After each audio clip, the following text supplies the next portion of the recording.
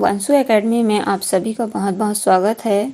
आप हमारे चैनल पर नए हैं और अभी तक सब्सक्राइब नहीं किए हैं तो सब्सक्राइब ज़रूर कर लें, क्योंकि जब भी हम कोई नया वीडियो डालें सबसे पहले आपको नोटिफिकेशन मिले। आइए आज हम सीजी व्यापम द्वारा आयोजित फूड इंस्पेक्टर भर्ती परीक्षा का सिलेबस भाग 2 से आवश्यक वस्तु अधिनियम 1955 वाले सेक्शन से परीक्षा में आने वाले 40 महत्वपूर्ण क्वेश्चन लेकर आए हैं। उम्मीद करते हैं आपको जरूर पसंद आएगा। आवश्यक वस्तु अधिनियम 1955 भारत में कब लागू हुआ? ऑप्शन नंबर 2 सही आंसर होगा 1 अप्रैल 1955। 1 अप्रैल 1955 को अधिनियम 1955 भारत में लागू हुआ। नेक्स्ट क्वेश्चन, आवश्यक वस्तु अधिनियम 1955 में कुल कितनी धाराएं हैं? ऑप्शन नंबर 3 सही आंसर होगा कुल 16 धाराएं हैं। आवश्यक वस्तु अधिनियम 1955 से पहले कौन सा अधिनियम लागू था? ऑप्शन नंबर 4 सही आंसर होगा आवश्यक अनिवार्य वस्तु अधिनियम 1944 लागू था। आवश्यक वस्तु अधिनियम 1955 का उद्देश्य है, 1955 का क्या उद्देश्य है? ऑप्शन नंबर 4 सही आंसर होगा उपरोक्त सभी। कालाबाजारी को रोकना, आवश्यक वस्तु की जमाखोरी, सभी को उचित मूल्य पर खाने का सामान उपलब्ध कराना, उपरोक्त सभी। इसका सही आंसर होगा सभी सही है। नेक्स्ट क्वेश्चन, इस अधिनियम की धारा 2 के तहत चीनी से अभिप्रेत है। चीनी से क्या अभिप्रेत है? तो किसी भी प्रकार की चीनी जिसमें 90% से अधिक सुक्रोज हो, वैक्यूम पैन चीनी, कारखाने में प्रक्रियाधीन चीनी या उसमें उत्पादित चीनी, खांडसारी चीनी या बूरा चीनी या पीसी हुई चीनी या रवे या चूर्ण चीनी, उपरोक्त सभी। इसका आंसर होगा उपरोक्त सभी। तो सभी प्रकार की चीनी आएगा इसमें, चीनी से अभिप्रेत में। नेक्स्ट क्वेश्चन, आवश्यक वस्तु अधिनियम 1955 में अनुसूची की संख्या है। ऑप्शन नंबर 2 सही आंसर होगा अनुसूची की संख्या 1 है। अधिनियम की धारा 2 के तहत आवश्यक वस्तु की सूची में शामिल नहीं है। ऑप्शन नंबर 4 सही आंसर होगा पूर्णतः प्लास्टिक के बने उपकरण शामिल नहीं हैं। आवश्यक वस्तु अधिनियम 1955 लागू हुआ। ऑप्शन नंबर 3 सही आंसर होगा भारतीय गणराज्य के 6वें वर्ष लागू हुआ।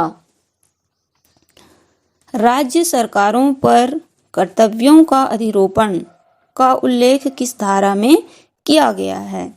ऑप्शन नंबर 2 सही आंसर है धारा 4। धारा 4 में उल्लेख किया गया है। आवश्यक वस्तु अधिनियम 1955 लागू है। ऑप्शन नंबर 2 सही आंसर है संपूर्ण भारत में लागू है। आवश्यक इस अधिनियम की किस धारा में आवश्यक वस्तुओं के उत्पादन, प्रदाय, वितरण आदि के नियंत्रण का उल्लेख है? ऑप्शन नंबर 3 सही आंसर है धारा 3 में उल्लेख है। आवश्यक वस्तु अधिनियम 1955 की धारा 2 में उल्लेखित है। ऑप्शन नंबर 4 सही आंसर है चीनी के संबंध में। धारा 2 में चीनी के संबंध में उल्लेख किया गया है। अधिनियम की धारा 3 के अंतर्गत केंद्र सरकार निम्न में से कौन सा उपबंध नहीं कर सकती? ऑप्शन नंबर 4 सही आंसर है विक्रय के लिए रखी गई आवश्यक वस्तु की बिक्री का प्रतिषेध।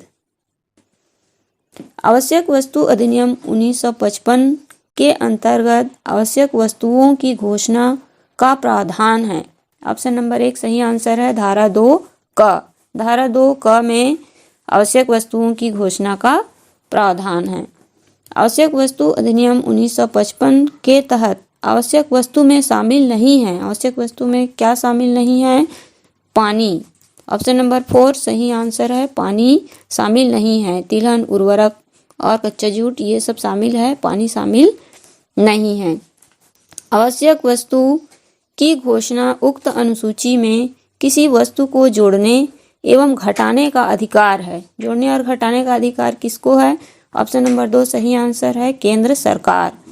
केंद्र सरकार को जोड़ने और घटाने का अधिकार है। आवश्यक वस्तु अधिनियम 1955 के अंतर्गत निम्न में कौन सा आवश्यक वस्तु नहीं है? पशु चारा है, सूती वस्त्र है, दूध नहीं है। दूध ऑप्शन नंबर 3 सही आंसर होगा। दूध आवश्यक वस्तु में शामिल नहीं है। आवश्यक वस्तु अधिनियम 1955 किसके अंतर्गत शामिल है? ऑप्शन नंबर 3 सही आंसर है, समवर्ती सूची में शामिल है। 1955 समवर्ती सूची में शामिल है। इस अधिनियम के तहत अधिहरण के किसी आदेश से व्यथित व्यक्ति की ऐसे आदेश के विरुद्ध अपील करने की तय सीमा क्या है? ऑप्शन नंबर 4 सही आंसर है, 1 माह। अपील करने की तय सीमा 1 माह। आवश्यक वस्तु अधिनियम 1955 में शामिल है। क्या शामिल है? औषधि, उर्वरक, पेट्रोलियम पदार्थ, उपरोक्त सभी। ऑप्शन नंबर 4 सही आंसर होगा, उपरोक्त सभी। उपरोक्त सभी शामिल है। यदि कोई व्यक्ति इस अधिनियम की धारा 3 के अधीन किए गए किसी आदेश का उल्लंघन करता है तो उसे धारा 6 के तहत क्या समझा जाएगा? ऑप्शन नंबर 2 सही आंसर है, प्रयत्न और दुष्प्रेरण। प्रयत्न और दुष्प्रेरण समझा जाएगा। आवश्यक वस्तु अधिनियम 1955 में शामिल नहीं है। क्या शामिल नहीं है? ऑप्शन नंबर 1 सही आंसर होगा, कपड़ा शामिल नहीं है। औषधि, सैनिटाइजर, खाद्य तेल शामिल है, कपड़ा शामिल नहीं है। इस अधिनियम के धारा 9 के तहत यदि कोई व्यक्ति मिथ्या कथन करता है तो उसके लिए सजा का प्रावधान है। ऑप्शन नंबर 3 सही आंसर, 5 वर्ष। सजा का प्रावधान 5 वर्ष है। अधिनियम 1955 की धारा 2 के तहत खाद्यान्न फसलों में शामिल किया जाता है। खाद्यान्न फसलों में किसको शामिल किया जाता है? ऑप्शन नंबर 4 सही आंसर, गन्ना। गन्ना को खाद्यान्न फसल में शामिल किया जाता है। अधिनियम 1955 की किस धारा के अनुसार दंड प्रक्रिया संहिता 1973 के किसी बात के होते हुए भी इस अधिनियम के अधीन दंडनीय अपराध संज्ञेय और गैर जमानती होगा?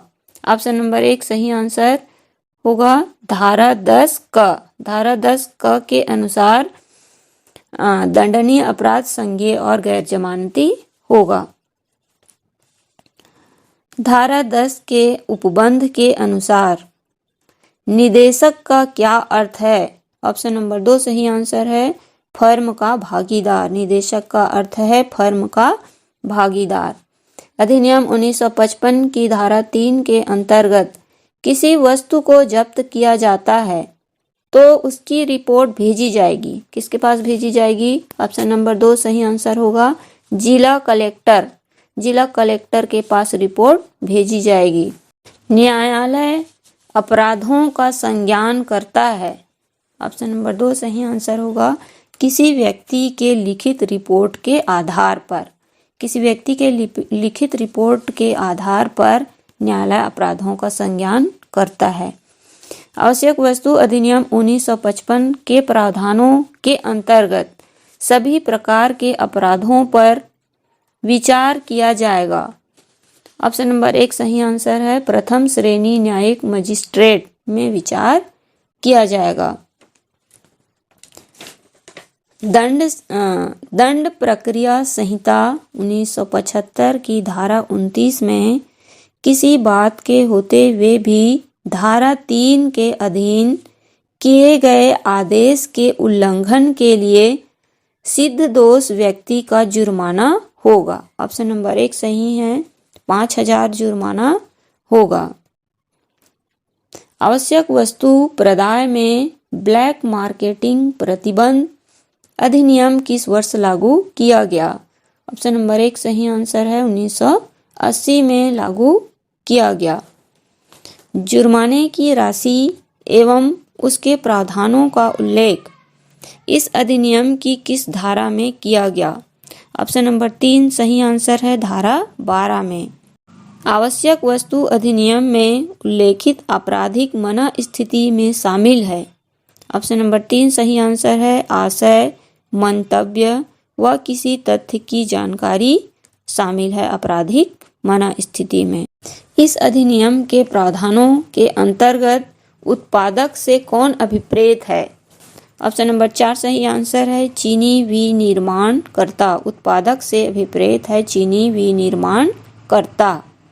आवश्यक वस्तु प्रदाय में ब्लैक मार्केटिंग प्रतिबंध अधिनियम किस वर्ष लागू किया गया? ऑप्शन नंबर 3 1980 में लागू किया गया। ऑप्शन नंबर 3 सही आंसर है। आवश्यक वस्तु अधिनियम 1955 की धारा 3 का 2 के अधीन जारी की गई कोई अधिसूचना ऐसी काल अवधि के लिए प्रयुक्त होगी। ऑप्शन नंबर 3 सही आंसर होगा 3 माह के लिए प्रयुक्त होगी। प्रविष्ट सरल क्रमांक 33 पर आता है। ऑप्शन नंबर 3 समवर्ती सूची में। प्रविष्ट सरल क्रमांक 33 समवर्ती सूची में आता है। धारा 9 आवश्यक वस्तु अधिनियम के अंतर्गत मिथ्या कथन के लिए कारावास की अवधि होगी। ऑप्शन नंबर 4 सही आंसर है 5 वर्ष। मिथ्या कथन पर 5 वर्ष के कारावास की अवधि होगी। धारा 7 आवश्यक वस्तु अधिनियम के अंतर्गत किसी आदेश के उल्लंघन की स्थिति में कारावास की अवधि होगी। ऑप्शन नंबर 4 सही आंसर होगा न्यूनतम 3 माह से लेकर अधिकतम 7 वर्ष तक कारावास की अवधि होगी। आवश्यक वस्तु अधिनियम 1955 के अनुसार आवश्यक वस्तु का अर्थ है। ऑप्शन नंबर 3 सही आंसर है आवश्यक वस्तु अधिनियम की अनुसूची में परिभाषित है। हमारा 40 क्वेश्चन कंप्लीट हो गया है। उम्मीद करते हैं आपको हमारा क्वेश्चन ज़रूर पसंद आया होगा। वीडियो के अंत तक बने रहने के लिए आप सभी का बहुत बहुत धन्यवाद।